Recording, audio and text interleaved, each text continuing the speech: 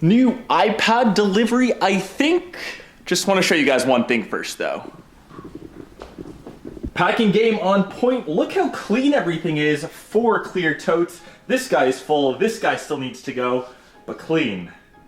Packing is on the way. So the time that this exact video goes up, I think it's gonna be T-minus 16 days till the big move. Obviously, we have a new delivery today, and as expected, the 6th generation iPad, the one that is cheap-ish.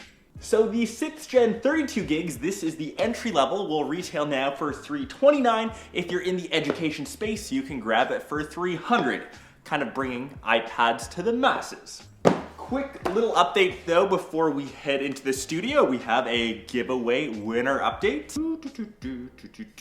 This was from the Space Gray $20,000 setup. Congrats to Daniel Jameson. I just sent you a message on YouTube. Thank you, MacBook, for letting me know I have text messages. Just remember that I send everyone a message first on YouTube just to verify that it's your account. So once you've sent me back a confirmation, then we'll swap that email and you will have a very nice Space Gray item for your setup. Now, let's get back to, of course, iPad, I was gonna say Pro, 6th gen iPad details.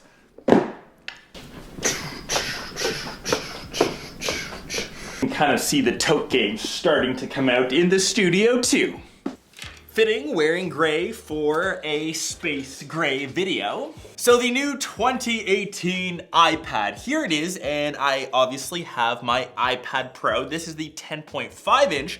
So the key differences. The biggest thing, of course, between these two guys is the price. As I said, this one starting off at $329 or $300 if you're a student, where the iPad Pro is a whopping $650. So that's almost double the price. I can do my math. So key differences physically first. This has a 9.7 inch compared to the iPad Pro, which is either a 10.5 or a 12.9?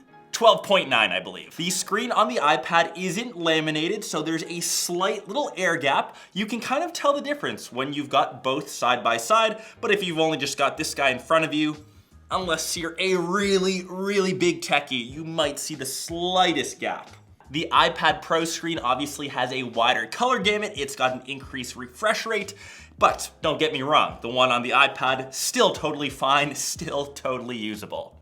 The thing that I actually dislike the most is the bezels, surprisingly. I've got used to how pretty the iPad Pro looks, and this one does seem a bit chunky. Big forehead, big chin, it still has Touch ID, but it's the sides that I really notice.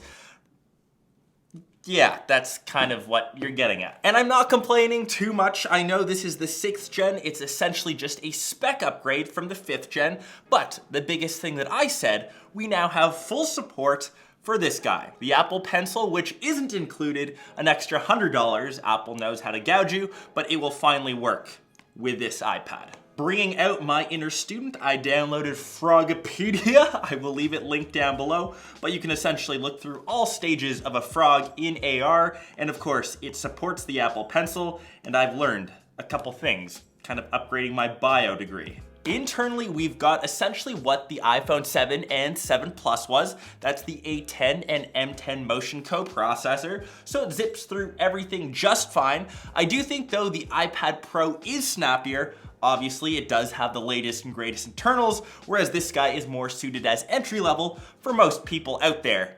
I honestly think this is totally fine, especially for most things people use tablets for.